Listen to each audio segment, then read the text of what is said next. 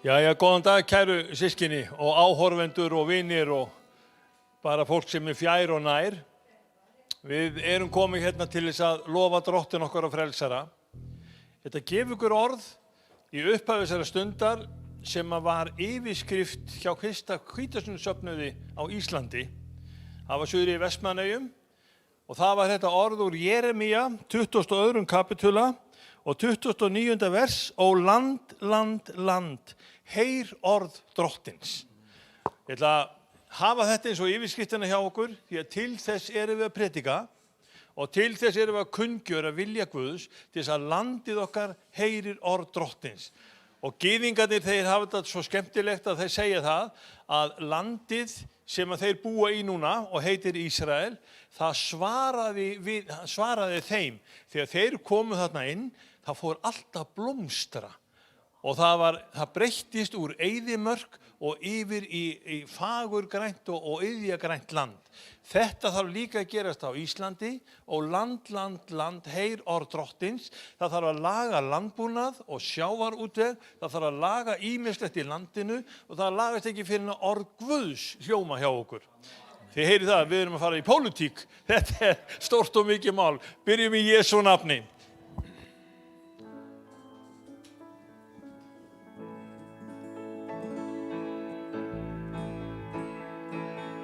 Alla daga ég hef þig að, þú sem leyst hefur mig. Sárum mínum þú dróst mig að, leyfðir mér að finna þig.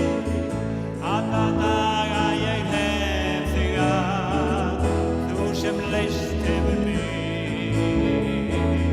Sárum mínum þú dróst mig að,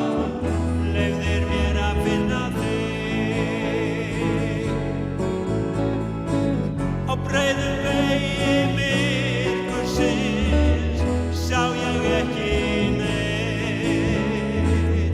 Þú komst til mín og gafst mér styrk, þú ert vegurinn. Ég krýp hér beint á hnén fyrir þér, Jesús minn. Ég hef fundið tilgang í þér, Drottinn minn. Alla daga ég hef þig að, þú sem leyst hefur mig. Sárum mínum þú dróst mig að, leyfðir mér að finna þig. Á breiðum vegi myrkursins sá ég ekki neitt. Þú komst til mín og gafst mér styrk, þú ert vegurinn. Ég krýp hér beint á hnén fyrir þér, Jesús minn. Ég hef fundið tilgang í þér, Drottinn minn. Alla daga ég hef þig að, þú sem leyst hefur mig. Sárum mínum þú dróst mig að, leyfðir mér að finna þig. Alla daga ég hef þig að, þú sem leyst hefur mig. Sárum mínum þú dróst mig að, leyfðir mér að finna þig. Leyfðir mér að finna þig.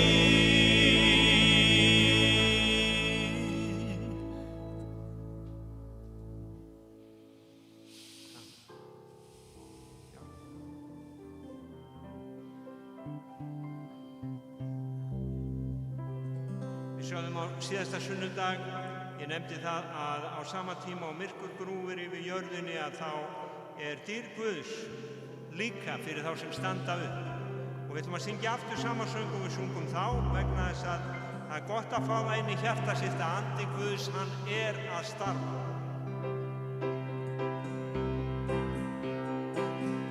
All over the world the Spirit is moving. as the prophet said it would be. Hallelujah. All over the world, there's a mighty revelation of the glory of the Lord as the waters cover the sea. All over this land, the Spirit is moving. All over this land, as the prophet said it would be. Hallelujah. All over this land, there's a mighty revelation of the glory of the Lord as the waters cover the sea. All over the church, the Spirit is moving. All over the church, as the prophet said it would be. Hallelujah. All over the church, there's a mighty revelation of the glory of the Lord as the waters cover the sea. Deep down in my heart, the Spirit is moving.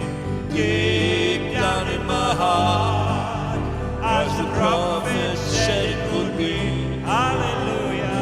Deep down in my heart, there's a mighty revelation of the glory of the Lord as the waters cover the sea.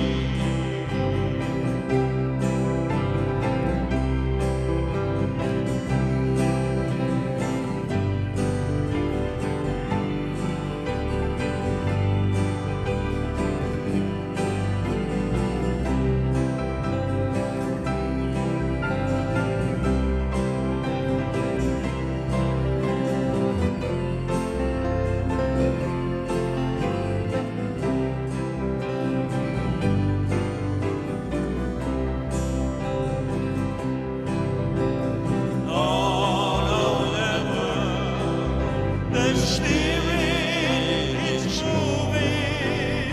All over the world, as the prophet said it would be. Hallelujah.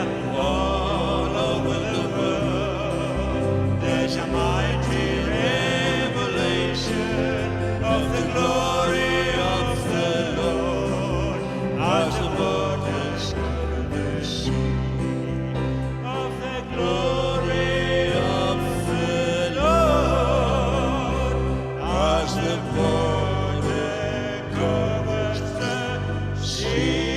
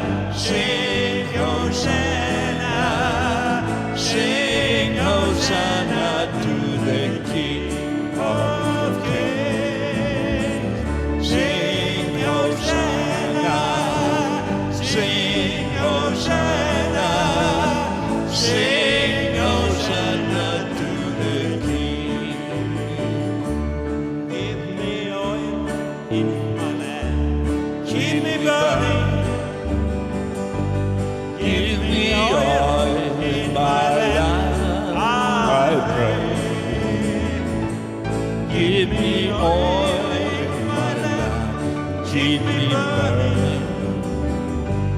Keep me burning till the break of the day.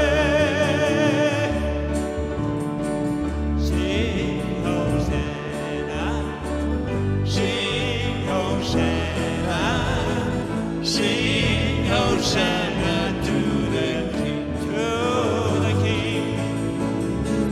Sing Hosanna, sing Hosanna, sing Hosanna to the King.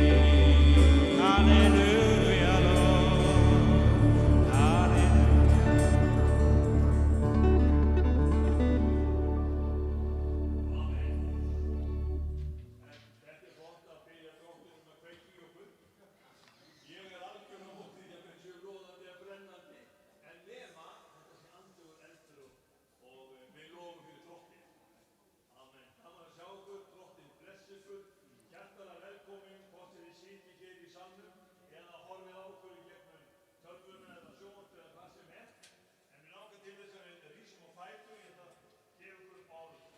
Ég ætla að fá að lesa hérna orð fyrir ykkur og Rómarbréfinu.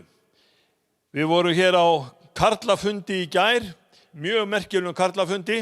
Ég hef aldrei setið á jafn svona skipulögðum og góðum karlafundi. Það var enginn að grípa fram fyrir hvorum öðrum. Við vorum að tala orð Drottins. Og þá kom meðal annars þetta upp sem að ég les hér núna, 5. kapitúli Rómarbréfsins. Og þetta í raun og veru mjög tengt trúarjátningu kristinna manna. Alveg sama hvar þú ert í kirkju, hvaða flokki þú tilheyrir, þetta það sem postulinn leggur til okkar og við sem kirkja segjum amen við. Réttlættir af trú höfum við því frið við Guð fyrir Drottin vorn Jesúm Krist. Fyrir hann höfum við aðgang að þeirri náð sem við lifum í og við fögnum í von dýr Guðs. En ekki það eitt, við fögnum líka í þrengingunum, með því að við vitum að þrengingin veitir þolgæði, þolgæði fullreind, en fullreindin von. En vonin bregst oss ekki, því að kærleika Guðs úthellt í hjörtu vorum fyrir heilagan anda sem oss gefinn. Meðan við enn vorum óstyrkir, dó Kristur á settum tíma fyrir óguðlega. Annars gengur allan nokkur í dauðan fyrir réttlátan mann, fyrir góðan mann, kynni ef til vill einhver að vilja deyja. En Guð friðarins auðsýni kærleika sinn til vor, það sem Kristur fyrir oss dáinn, meðan við enn vorum í syndu vorum. Þar sem við nú erum réttlættir fyrir blóð hans, því fremur mun hann frelsa oss frá reiðinni. Því að ef við vorum óvinni Guðs og urðum sættir við hann með dauða sonar hans, því fremur munum við frelsaði verða með lífi sonar hans. Nú við erum í sátt teknir og ekki það eitt, heldur fögnum við í Guði fyrir Drottin vorn Jesúm Krist sem við nú höfum öðlast sáttargjörðina fyrir.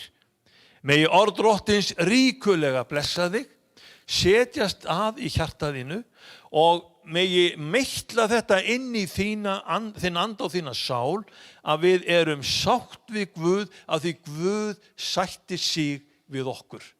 Þannig að þegar við eigum þennan sáttfúsa Guð almáttugan, þá óþarfi fyrir okkur að lifa í fjandskap við hann.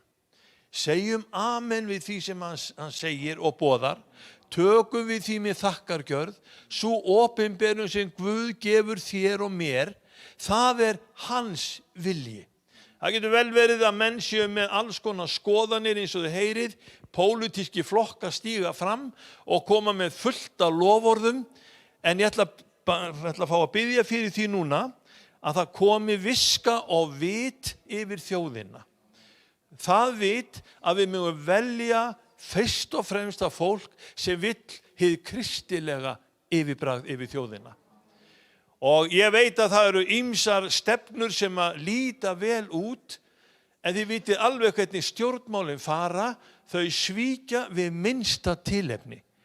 Og við viljum ekki fá svikula ráðamenn, Við viljum fá menn sem eru fastheldnir og vita hvert þeir eru að fara. Þeir stefna með okkur inn í Guðs ríkið. Það sé réttlæti, fríður og fögnuður í heilugum anda er. Heyri amen við því. Nú ætlum ég ekki að predika meir. Þetta er bara orð mín í dag en nú ætlum við að biðja. Og þið sem eru með ykkar bænarefni, leggjuðu fram fyrir þennan Guð. Guð sem hefur tekið ykkur í sátt. Og við biðjum saman, Jesús Kristur. Leið okkur að gera þig dýrlegan. Við þökkum fyrir þann boðskap sem við sjáum, opinberuna sem Páll postuli kemur með og við munum tilenga okkur. Réttlættir fyrir trú, höfum því frið við Guð. Þakka þér að við munum ganga fram fyrir þig, Jesús minn, að við erum réttlætt fyrir þá trú sem við höfum á þig. Við játum þig sem son hins lifanda Guðs. Við játum það, drottinn minn, að það sem þú gerðir á krossinum, þegar þú hrópaðir það við fullkomnað, þá voru við þar inni í sáttargjörðinni, drottinn. Við eigum frið og opin veg og opna leið í gegnum þig til föðurins. Og nú komum við með öll okkar vandamál, þrengingar, erfiðleika, skort, hvað sem það heiti, drottinn minn, sjúkdómar og þess háttar, og við biðjum þína miskunn. Leyfðu, drottinn minn, að við fáum að finna fyrir því að þú hreinsar sjúkdóman í burtu. Þú gefur okkur þinn sanna frið. Það megi komast regla og friður á fjármál mannana, heiminin okkar. Þau megi komast í frið og ró. Og við köllum yfir heimili þeirra sem að hlýða á okkur, megi friður Guðs fylla heimilið þitt og blessa þig, fylla hjartað þitt og gefa þig von. Og þeir sem að eru á sjúkrabeði, drottinn, við höstum á sjúkdómana og segjum við burt í Jesú nafni og komi lækning þín þar inn. Megi náð drottins Jesú Krist, kærleiki Guðs og samfélag heilags anda vera með okkur öllum. Í Jesú nafni. Amen. Amen. Nú ætlum við að fá hana Mörtu með baukana. Við ætlum að taka samskot. Og ég veit að Guð, hann blessar það sem þið leggið í baukana. En elsku bestu, gefið þið af gleði. Látið þið gleði drottins hljóma frá okkur. Og mig langar svolítið til þess áður en við förum að syngja, að biðja hana um að leiða í bæn og auðvitað munum leiða í bæn á sína tungu. Og ég veit að þetta verður bara til þess að við verum blessuð. Og hlustið á þetta forna tungumál sem að hún hefur. Þetta er bara eþíópska. Og við vitum einn mann í Biblíunni í það minnsta sem að talaði við Filippus trúboða á eþíópsku. Og það var eþíópski hirðmaðurinn. Bless this for us. Thank you, Jesus, for this opportunity to worship you with our substance that we receive from you. Lord Jesus, accept it. In Jesus' mighty name. Amen. Amen. Nei, hún bara talaði tungum, hún bara talaði ensku. Við skulum lofa drottinn fyrir það sem að við eigum. Amen.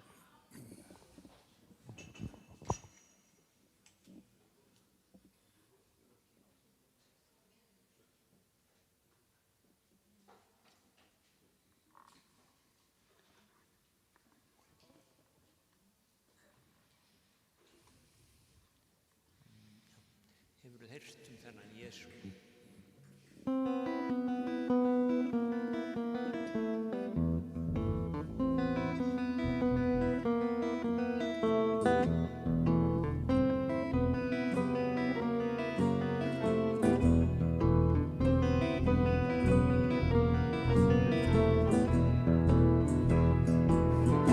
Hefurðu heyrt þennan Jesú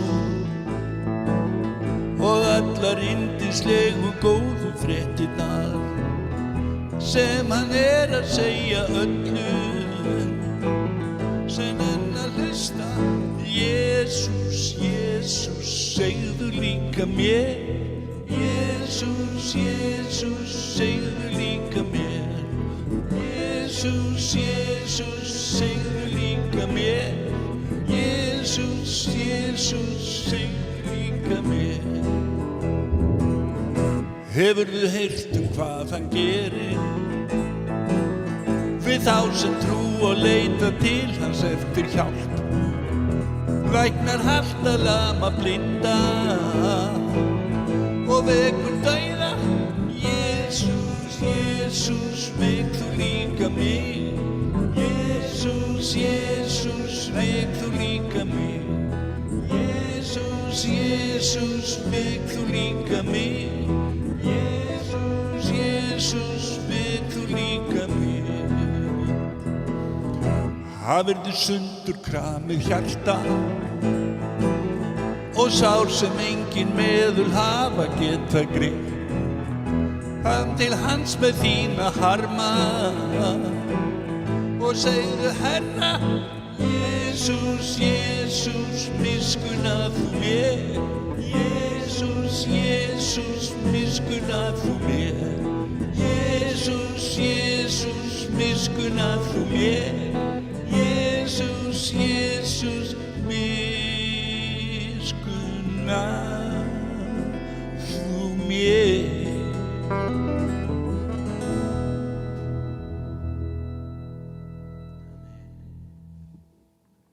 Maður syngja næst gamlan sálm lausnarann.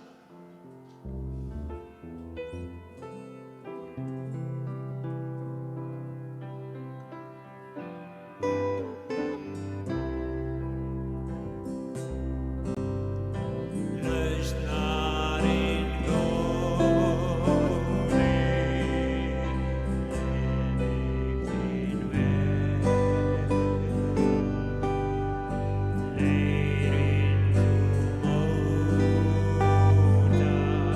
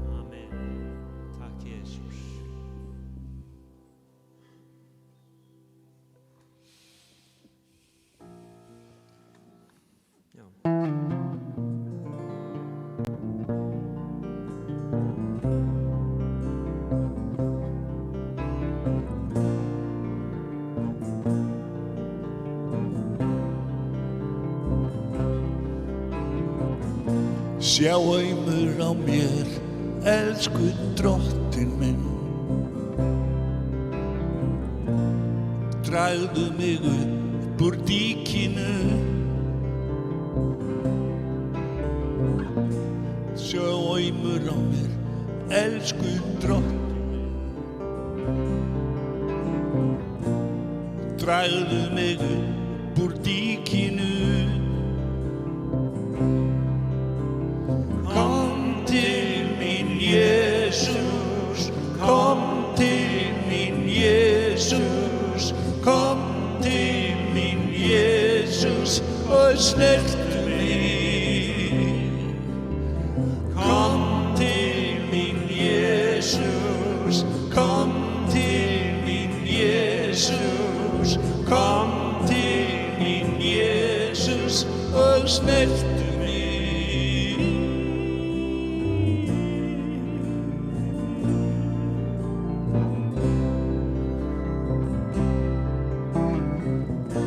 Have mercy on me, Lord Almighty.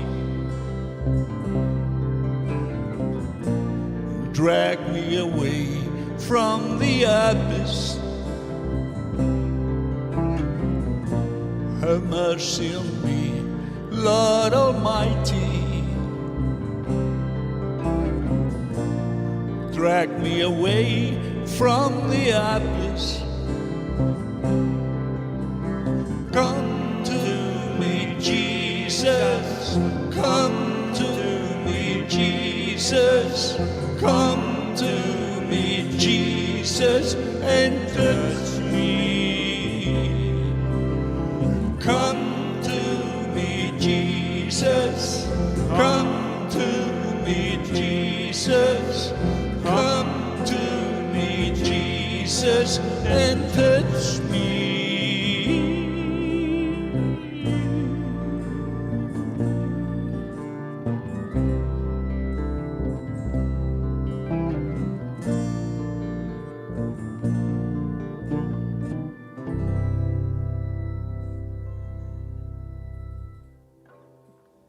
Amen.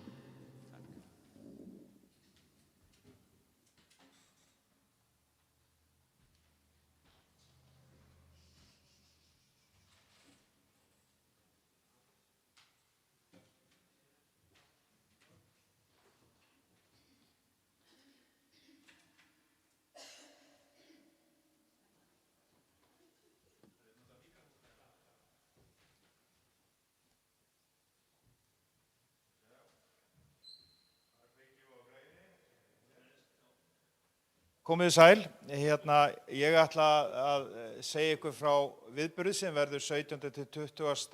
september og við erum að fá í heimsókn gott fólk frá Danmörku, Svíþjóð, Finnlandi, Bandaríkjunum og sjálfsögðu vera Íslendinga með og yfirskriftin á ensku Iceland Prophetic og þetta sem sagt að það verði spámanlegt umbrot.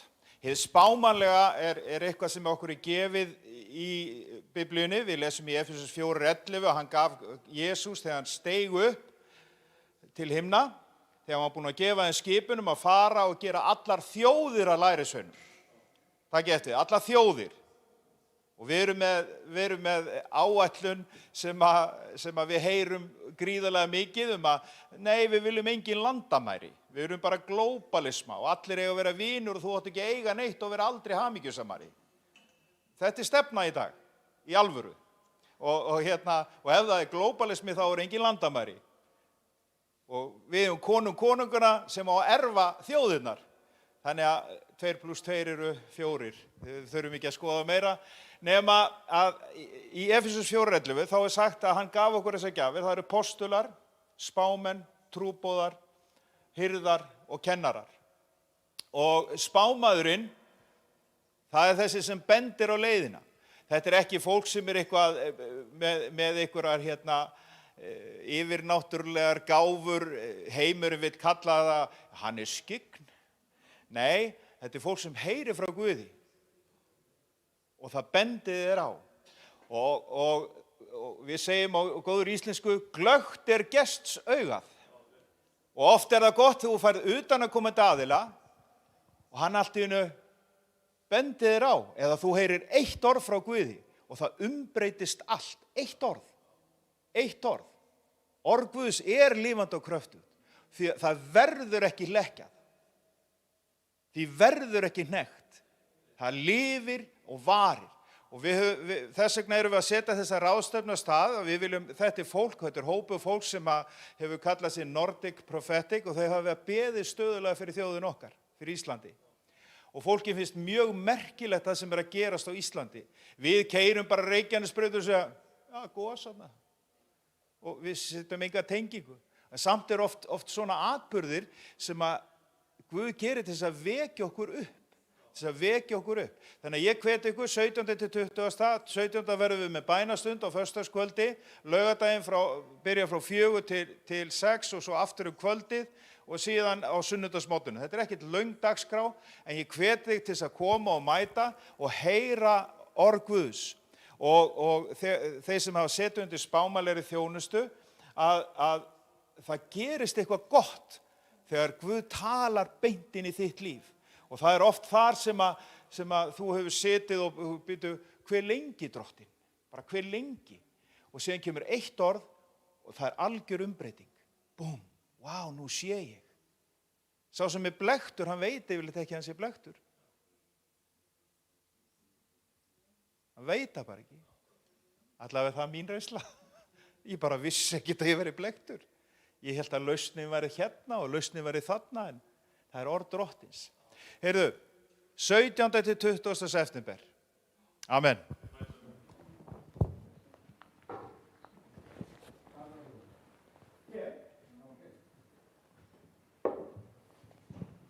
Já, við höfum þá dagskrána væntanlega á skjánum á næsta sunnudag.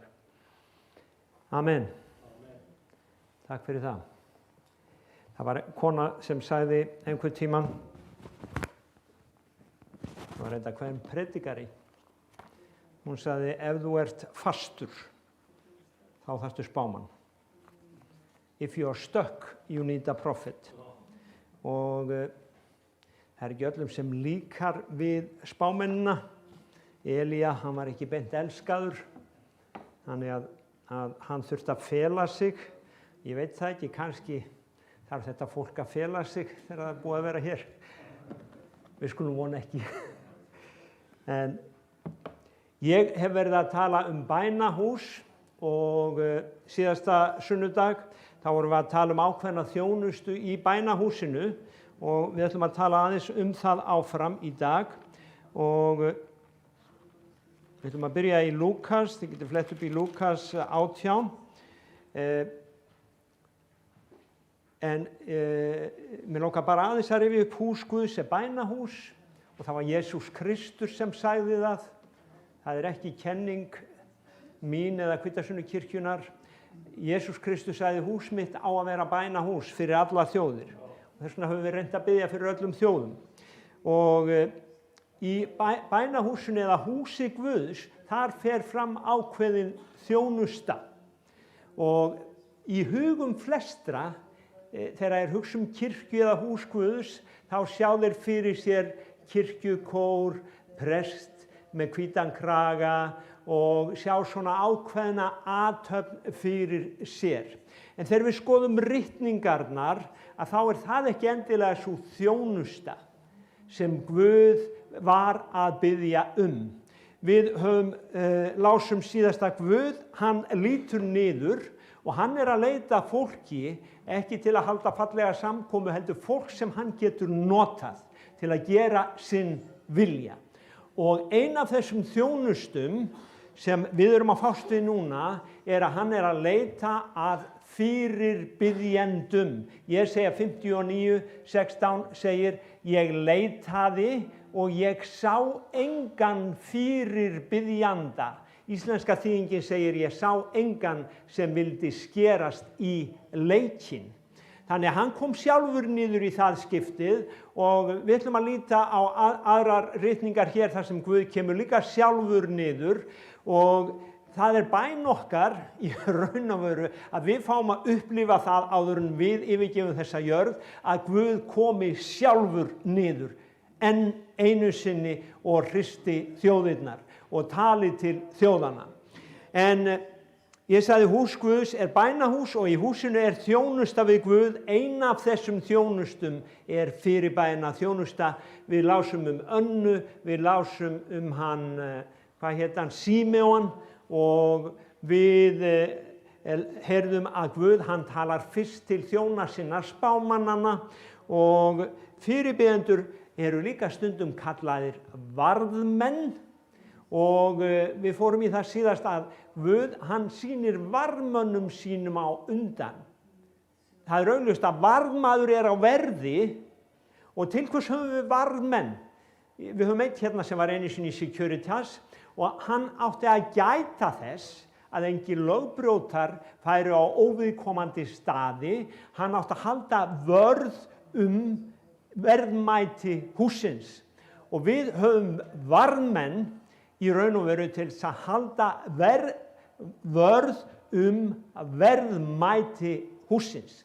Og eitt af því verðmætasta sem við eigum í dag, elsku systkini, hlutur sem að kirkjan að tapa og heitir trú. Bara trú.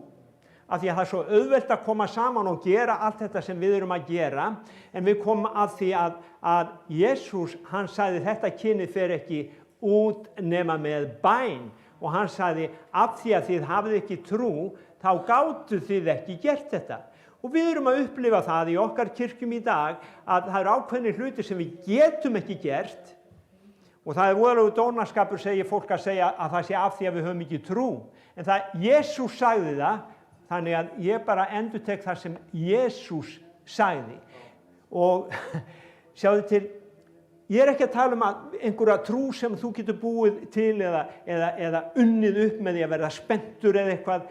Ég að tala Guðs trú sem að kemur í samfélaginu við Guð. Guð, hann tekur þig yfir. Viglisvort, hann sagði, ég byrja í minni trú, svo tekur Guðs trú yfir. Og hann sá fleiri læknast heldur en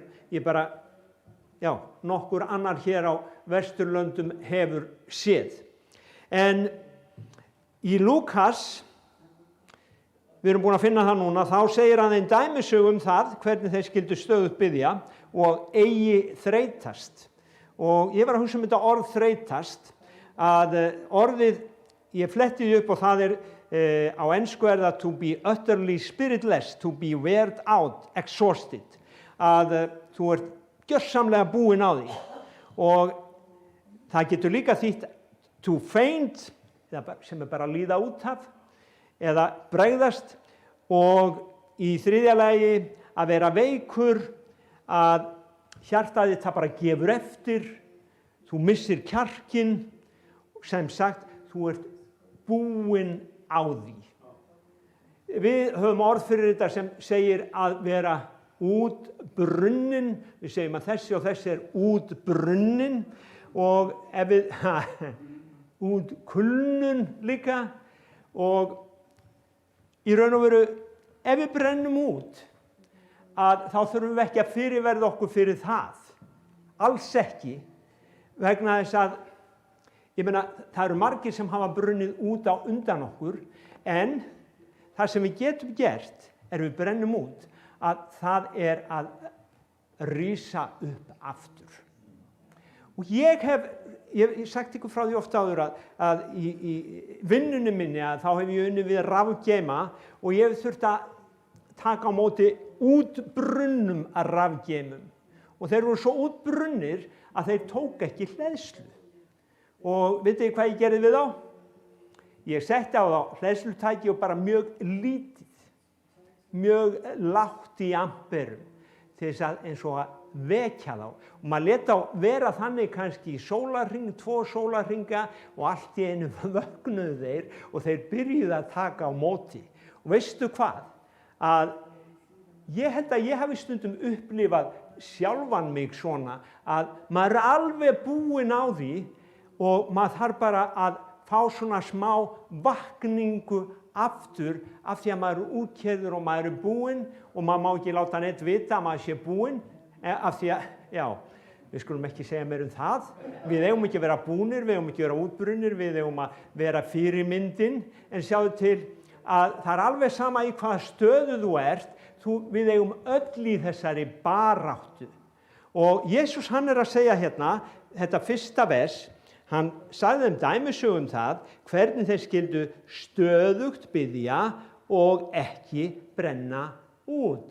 Sem sagt, haltu þér svo fast í mig og vertu svo nálagt mér að þú haldir, sem sagt, fáir stöðuglega nýjan kraft, nýjan þrótt.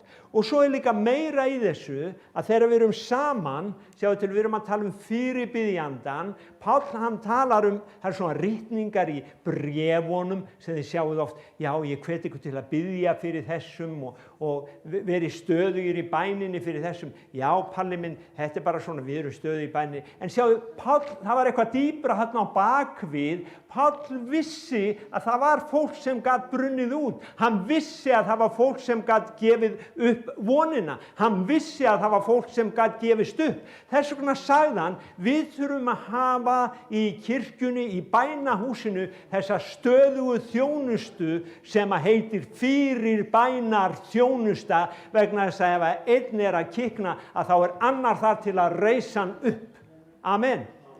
Þannig að þessi fyrirbæna þjónusta, hún er svo nauðsynleg og við skulum lesa hérna þennan fyrirbiðjanda og þessi, það er einn maður sem bænamaður sem ég var að skoða daginn og hann segir í sinni bók að við þurfum fyrirbiðjendur, við þurfum intercessory prayer, síðan þurfum við líka stríðsbæn, við þurfum að hafa warfare og síðan þurfum við líka að hafa deliverance eða lausn. Þannig að fyrirbiðjandinn, hann þarf stundum að fara inn í stríðsbæn eða að hann hefur annan hermann með sér sem er stríðsbænamaður og stundum tökum við þessa hluti og gerum úr þeim bull og vitleysu, höldum það við séum í stríðsbæn ef við öskrum nógu hátt eða hlaupum nógu hratt eða berjum fast í vegginn eða eitthvað svona. En þetta snýst ekki það, elsku systkini, þetta snýst það að þú þekkir anda Guðs og þú veist hver er óvinur þinn, þú greinir hann og þú ferð í stríð við hann af því að þú veist að sá sem með þér er meiri heldur en þessi óvinur. Og við lesum hérna þessa sögu að hér er greinilega kona sem veit hvað hún er að gera og ætlar að gera. Í borgeinni var dómari sem hvorki óttaðist Guðinn, ég skeytt nokkurn mann. Í sömu borg var ekkja sem kom einlægt til hans og sagði, lát mig ná rétti á mótstöðu manni mínum. Hér sjáum við fyrirbiðjandan, hann heldur áfram. Munið eftir orðinu í Jeremía sem segir, orð drottins er eins og hamar sem sundurmólar klettana. Hér er kona sem veit hvað hún vill, veit hvað hún ætlar að fá og hún stoppar ekki. Og lát þú mig ná rétt á mótstöðumanni mínum, það vildi hann ekki lengi vel, en að lokum sagði hann við sjálfan sig, ekki óttast ég Guð að sönnu, né skeytum nokkurn mann, en þessi ekkja lætur mig aldrei í friði, því vil ég rétta hlut hennar áður en hún gerur út af mig með nauði sínu. Drottinn mælti, heyri hvað rangláti dómarinn segir, mun Guð þá ekki rétta hlut sinna útvöldu sem hrópa til hans dag og nótt, mun hann draga að hjálpa þeim.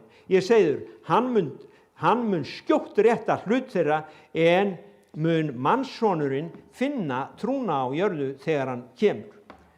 Og þetta síðasta vers hér segir, mun mannssonurinn finna þessa stöðugu trú. Ég hef talað það að það er eins og það er ráðist á trúna meira en nokkuð. Fólk er að ganga af trúni, kristnir, og það er mjög erfitt fyrir þá sem ekki hafa trú að taka trúna. Það er svona eins og myrkur yfir jörðinni, en ritningin spámaðurinn segir, dýrð Guðs er þar fyrir ofan. Og það er það sem fyrirbiðjandinn tengir við, það er dýrð Guðs í gegnum myrkrið. Og í Biblíunni þá eru sögur fólk eins og okkur sem hefur þurft að berjast þessari trúarinnar góðu baráttu. Páll postuli, hann sagði, ég hef barist trúarinnar góðu baráttu, ég hefi fullna skeiðið og ég hefi varðveitt trúna. Þetta 2. Tímóteusarbréf 4:7, hann segir, ég hefi varðveitt trúna. Og það þetta með trúna og þetta með að þreytast ekki og gefast ekki upp. Ég ætla að sýna ykkur hérna sem sagt, fólk sem ég hef sýnt ykkur áður og það er mjög nauðsynlegt fyrir okkur að í raun og veru að skoða oft sömu hlutina aftur og aftur. Iðnaðarmenn gera sömu hlutina aftur og aftur og hérna sjáðu til Ísraelsmenn þeir sögðu æ, við leiðir á þessum manna. Þeir vildu fá eitthvað nýtt. Sumir kristnir, þeir vilja fara í kirkju þar sem að þeir heyra eitthvað nýtt og spennandi á hverjum einasta degi. Þeir vilja ekki í raun og veru heyra það sem hjálpar þeim að lifa sigrandi lífi sjálfir. Þeir vilja bara heyra eitthvað sem að kitlar eyrun, heyra eitthvað nýtt. Þess vegna er svo mikilvægt að við séum ekki feimnir við að tala það sama aftur og aftur. Af því að það er það sem við viljum fá að sjá gerast. Og þess vegna ætla ég að gefa ykkur þetta, við ætlum að koma hérna að Ísraelsmönnum og ég sagði ykkur, þetta er 4. kaflinn í 2. Mósebók og ég sagði ykkur síðast að hérna Móse hann ákallaði Guð og Guð var kominn niður og Móse hélt að Guð ætlaði bara að vaða í Faró, eins og við lesum í blöðunum, hann óð í mannin, en Guð sagði, hérna Móse, ég ætla að senda þig til Faraós. Og Móse, hann sagði öllu fólkinu hvað Guð hefði sagt. Fólki var búið að vera í fyrirbæn til Guðs, að biðja Guð að leysa sig úr ánauðinni. Við lesum það í köflunum hérna á undan. Svo kemur Móse og segir fólkinu, Guð er búinn að tala til mín. Ég er spámaður, nú er ég með spámanlegt orð til ykkar og Guð er búinn að tala til mín, hann ætlar að leysa ykkur og hann ætlar að frelsa okkur út úr þessum þrældómi.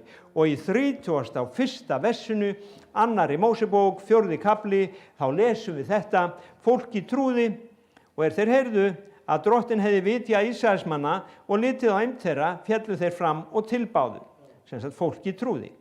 Og þeir heyrðu að Drottinn hefði, og hvað, ég hugsaði sko, oft heyrum við svona orð Guðs og við trúum og við verðum svo glöð og hérna þeir verða svo glaðir. Ég meina þeir eru búin að vera í þrældóm og eymd og nú er Guð kominn og Guð ætlar að leysa þá út. Amen, halleluja. Það hefur örugglega verið bara flott lofgjörðar stund þarna á þessum stað. Og svo er það að þessi samkomi búin og það kemur mánudagur og það þarf að fara aftur í vinnuna og þá er það eitthvað sem gerist að allt í einu er vinnuveitandinn orðinn svona hálf leiðinlegur og það er þyngd á þeim vinnan og það er sem sagt, þeir þurfa að ljúka sama dagsverki, þetta lesi ég í 5. kaflanum og þeir eru áður gert og nú þurftu þeir að safna stráunum sjálfur sem þeim höfðu verið færð, þannig að það gengur bara sem sagt, ekkert eins og spámanlega orðið sagði fyrir Þannig að þeir voru reyndir. Þeir voru reyndir og ég hef svo oft hugsað þessi vers. Þetta er svo líkt okkar lífi. Við heyrum spámanlega orðið, við gleðjumst, við fögnum, við segjum halleluja og við segjum jafnvel öðrum frá því að þetta sé orðið svona, svo erum við reynd. Og það lítur út fyrir að orðið ætli ekki að gera sig. Og við sjáum að þeir eru reyndir þarna, vinnan er þyngd á þeim og svo eru þeir komnir á þennan stað að þeir eru alveg búnir á þeim, þeir eru útbrunnir. Ísraelsmenn eru útbrunnir og þá er það að Móse kemur aftur til þeirra og kemur með sama boðskapinn. Og nú var móttakarinn ekki alveg í lagi vegna þess að þeir gátu bara ekki tekið við þessu. Og við lesum í 2. Mósebók 7. kafla og hann Móse talar við þá hérna, hann segir frá Guði, ég vil útvelja yður, 7. versi, ég vil útvelja yður til að vera mitt fólk, ég vil vera yðar Guð og þér skulu reyna, ég drottinn Guð yðar sem leysiður undan ánauð Egypta. Já, við nú heyrt þetta áður, vinur. Og ég vil leiða yður inn í það land og sem ég sór að gefa Abraham, Ísak og Jakob og ég vil gefa yður það til eigna, ég drottinn. Já, Móse sagði Ísraelsmönnum þetta, þeir syntu honum ekki, sökum hugleysis og vegna hins stranga þrældóms. Og hér eru þeir í þessum kringumstæðum, þeir eru búin að heyra orð Guðs, nú heyra þeir orð Guðs í annars skipti og orð Guðs bara virkar ekki, það gengur ekki upp. Þetta spámala orð, það gengur ekki upp. Og hvað eru margir sem hafa upplifað þetta, farið í gegnum svona tíma og þeir segja, já, haf þú þetta bara fyrir þig, Guð vil kannski bara lækna þig. Ég búin að reyna Guð að allt öðru og ég bara búin, ég fer bara aftur eins og Demas, Páll sagði Demas, hann hefur bara yfirgefið mig og Ísraelsmenn sögðu, erum ekki bara að fara aftur inn í Egyptaland, þetta virkar ekkit og það er ekkit að gerast. Og hérna, en hvað er það sem svo gerist? Við erum að tala um fyrirbýðjanda. Að þeir sinna honum ekki og það er þá sem drottinn talaði við Móse, vers 10 í 7. kafla í 2. Mósebók og hann segir gakk á tal við Faraó Egyptalands konung og bið hann að leyfa Ísraelsmönnum burt úr landi sínu. Hér byrjar Guð, nú Móse búinn að tala til Ísraelsmanna, hann búinn að predika. Og hann náttúrulega líka, ég meina, trúir honum enginn og hann líka niðurþryktur. Hann niðurbeygður og hann í raun og veru, hann var búinn að segja við Guð áður, af hverju ferðu svona með okkur? Af hverju ferðu svona með þitt fólk, drottinn? En hérna fer hann á bænastund og þá er það að drottinn talaði við Móse og við getum sagt að Móse fer á bænastund og hann fer að tala við drottinn og nú er það að drottinn, hann skipar Móse bara í andlegt stríð. Nú er það hann sem á að tala við Faraó enn á ný.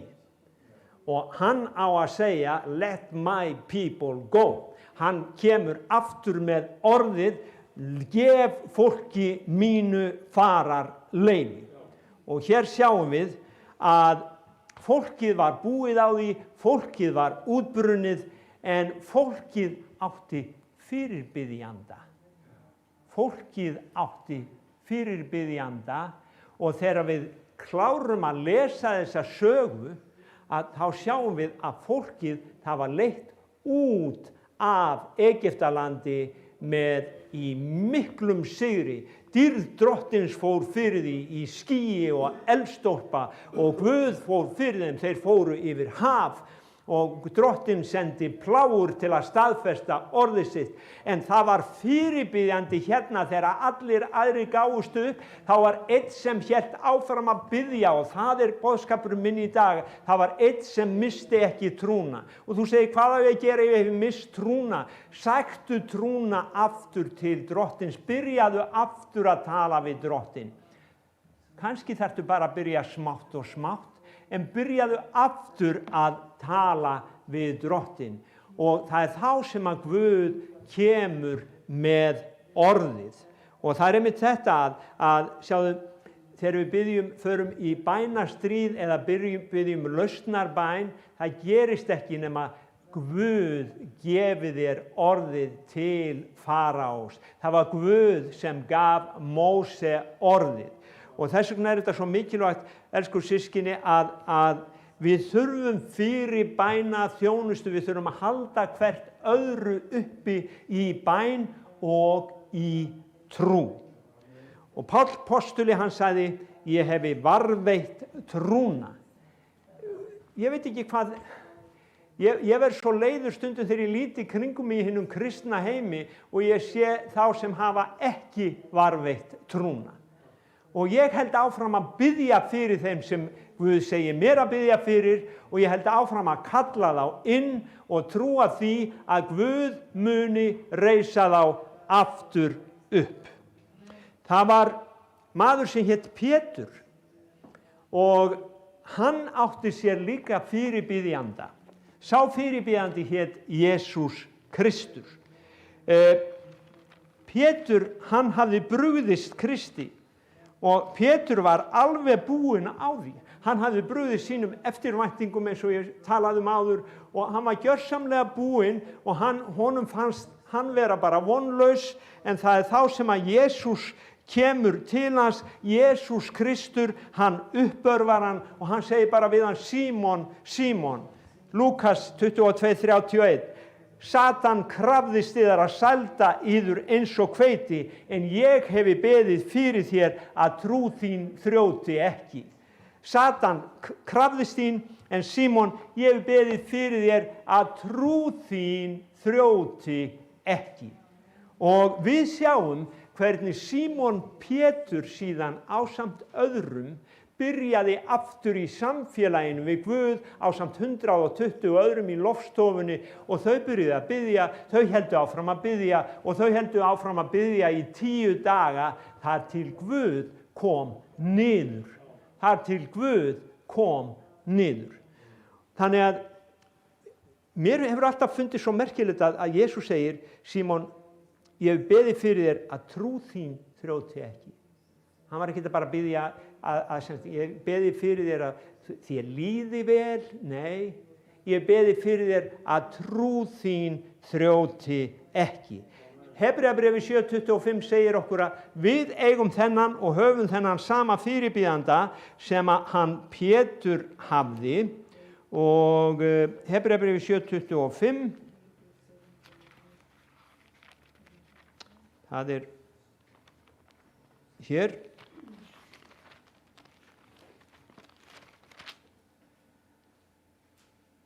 Þess vegna getur hann til fulls frelsa þá sem fyrir hann ganga fram fyrir Guð þar sem hann ávallt lifi til að biðja fyrir þeim. Hér verður að tala Jesúm Krist, hann lifir ávallt til að biðja fyrir sínu fólki. Þannig að við höfum líka fyrirbiðjanda í himninum. Þannig að það sem ég vil segja að þessi þjónusta í húsi Guðs, hún gefin af Guði, bæði til þess að við varveitum trúna, til þess að við þreytumst ekki, til þess að við sjáum Guðs verk fá framgang. Og það hérna ritning í Markúsi 9, þar sem Jesús Kristur, hann kemur eitt sinn til lærisveina sinna, þetta 9. kaflinn, og ef við byrjum í 17. versinu þá einn mannfjöldanum sem svaraði honum, meistari, ég færði til þín son minn sem máleysis and í. Hvar sem andinn grípur hann, slengir hann honum flötum, hann froðufelli gnýsti tönnum stirðnar upp. Ég bað lærisveina þína að reka hann út, en þeir gátu það ekki.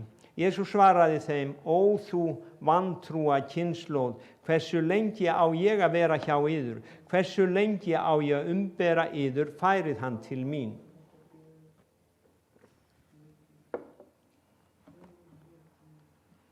Já, ég veit kirkju í Tölsa sem þar sem þeir leggja áherslu á það að ef að Jesús hefði verið hérna, þá hefði hann læknað þennan. Ef að Jesús hefði verið hérna í líkamanum, þá hefði hann læknað þennan. Ef að Jesús hefði verið hérna í líkamanum, þá hefði hann læknað þennan. En af hverju gerist það ekki þegar við biðjum? Og þeirra hugsjón og áhersla að Guð komi niður til þess að það sem Jesús gerði í líkamanum gerist líka hjá þeim.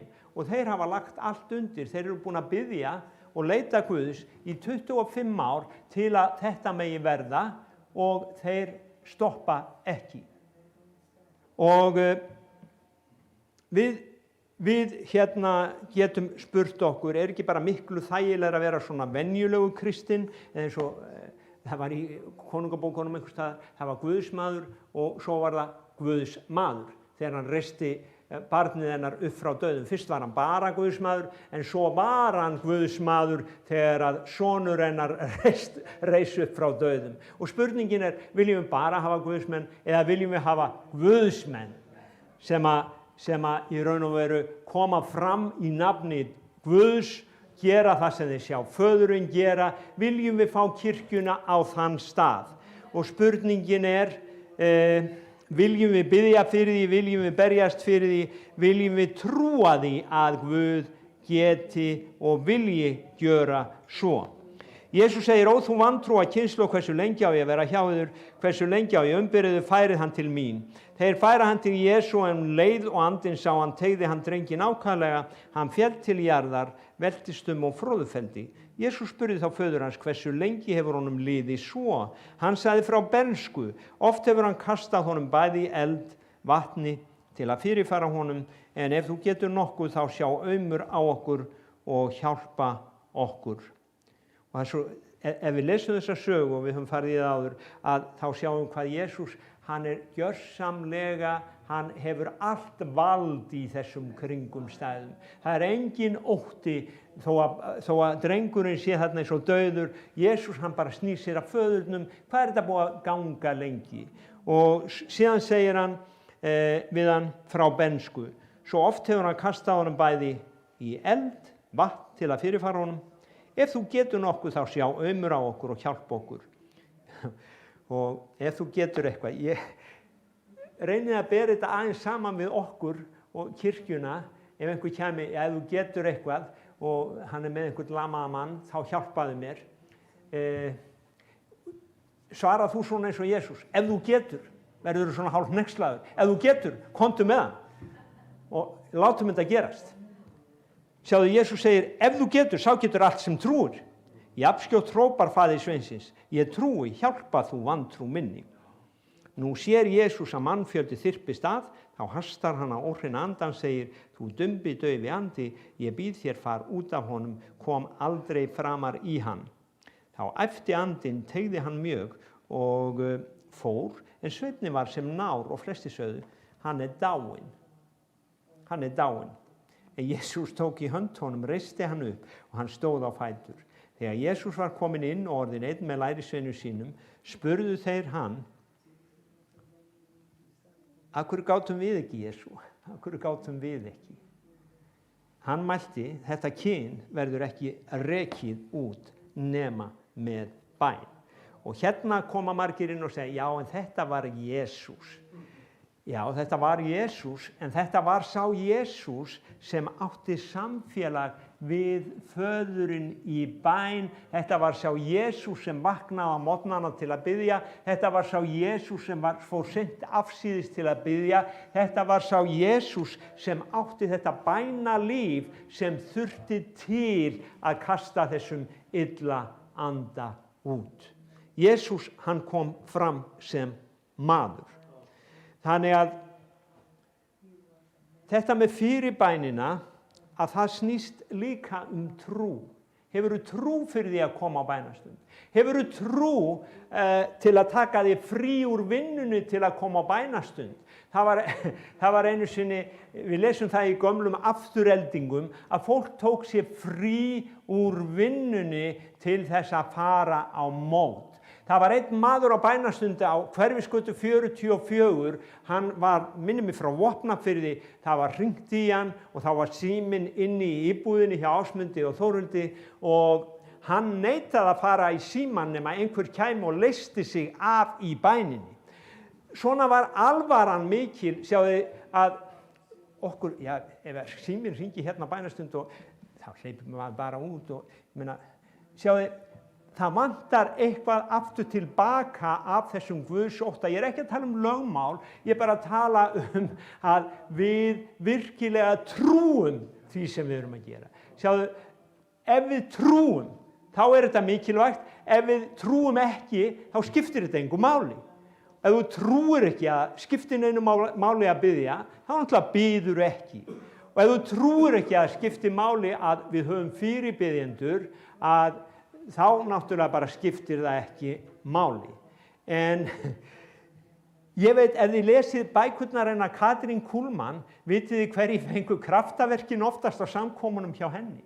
Það var fyrirbæn á bakvið mörg af þeim tilfellum sem að fengu lækningu og kraftaverk. Það voru ættingjar og ástvinir sem höfðu beðið dögum fastað og beðið fyrir þessu fólki, svo kom það á þessa samkomu þar sem dýrð Guðs var yfir og þetta fólk læknaðist. Þannig að fyrirbænin, hún skiptir svo miklu máli að þú eigir fyrirbiðanda. Jó segir að það hefði skipt máli að það var beðið fyrir honum.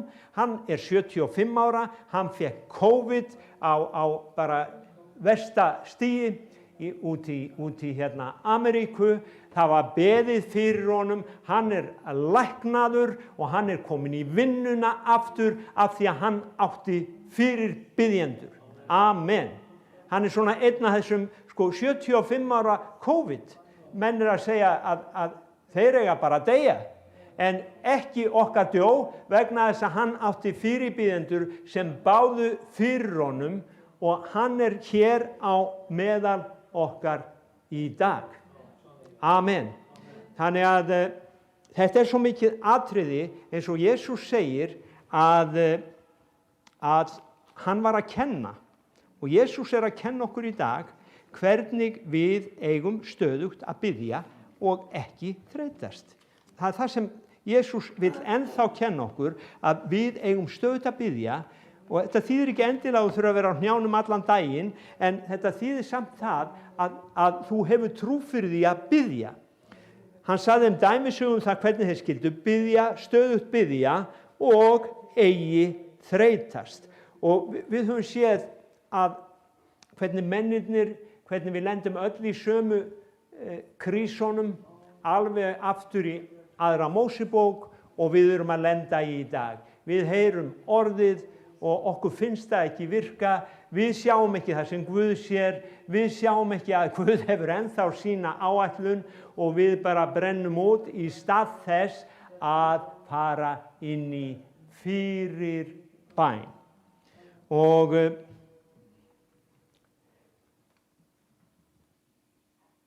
ég er búinn að minnast nokkru sinnum á Sálm 14, þar sem segir Drottinn lítur niður að himni og hann athugar hvort nokkur sé hygginn sem leitar hans. Og síðan er annað vers í Sálmi 105, vers 4, þar sem segir leiti Drottins og máttar hans. Guð lítur niður og það er líka hvatning fyrir okkur að leita, en hann athugar, er einhver að leita? Er einhver að leita auglitis hans? Og hann sagði við Móse, þegar að Móse var alveg búinn á því einu sinni, hann var svo þreyttur á kirkjunni sinni, hann sagði Guð, ég nenni ekki þessu fólki lengur, þetta er góð íslenska, og hann sagði, ef að þetta fólk Drottinn er þitt fólk og það er þú sem átt að sjá það, og ef að þú ætlar að senda mig eitthvað og ekki fara með, þá bara fer ég ekki fet, sagði Móse. Og það er þá sem að Guð sagði við hann, nærvera mín, auglit mitt mun fara með. Og mér finnst svo frábært að þegar Móse var búinn á því, þegar Móse fann sig út brunninn, að þá hélt hann áfram að tala við Guð. Og hann sagði bara Guð, Drottinn, ég leiður á þessu og ég nenni þessu ekki og þetta er þitt mál. Og ef þú kemur ekki með, þá fer ég ekki bara fet. Og við sjáum að Guð, hann svaraði honum og Guð, hann fór með. Og þú átt þetta fyrirheit, ég mun aldrei sleppa þér hendinni, aldrei yfirgefa þig. Þess vegna get ég öruggu sagt, Drottinn er minn hjálpari. Hvað geta mennirnir gjört mér? Amen. Og ég bara vil trúa því að Guð gefa okkur spámanlegt orð inn í bænin okkar og til að uppbora okkur til að halda áfram, vegna þess að, sjáðu til, það er svo auðvelt að gefast upp. Það er svo auðvelt að gefast upp. Ég dáist að þeim þarna í Punjab í Afganistan að þeir eru ekkert á því að gefast upp. Þeir segja bara, við eigum þetta land og við berjumst til síðasta manns. Að þetta er svona baráttu vilji og þetta er trú. Og í rauninni eiga þeir þetta land. Það eru hinir sem eru uppreisnarmenn. Ég hlusta á RÚV í gær og ég var svona hálf hneykslaður að þeir voru að segja að það væru uppreisnarmenn í Punjab. Nei, það er varaforseti landsins sem er löggildur í raun og veru ráðandi landsins og þar er restin af afganska hernum. Þannig að menn þurfa að vita hvað er rétt og hvað er rangt. Og það þurfum við líka í okkar andlega stríði, elsku systkini. Við þurfum að vita hver er okkar óvinur og hver er okkar vinur. Amen. Og þess vegna skulum við bara hlusta á Jesús sem segir að við skulum bara halda áfram að biðja og ekki þreytast. Og augliti mitt mun vera með ykkur. Nærvera mín mun vera með ykkur. Amen. Takk.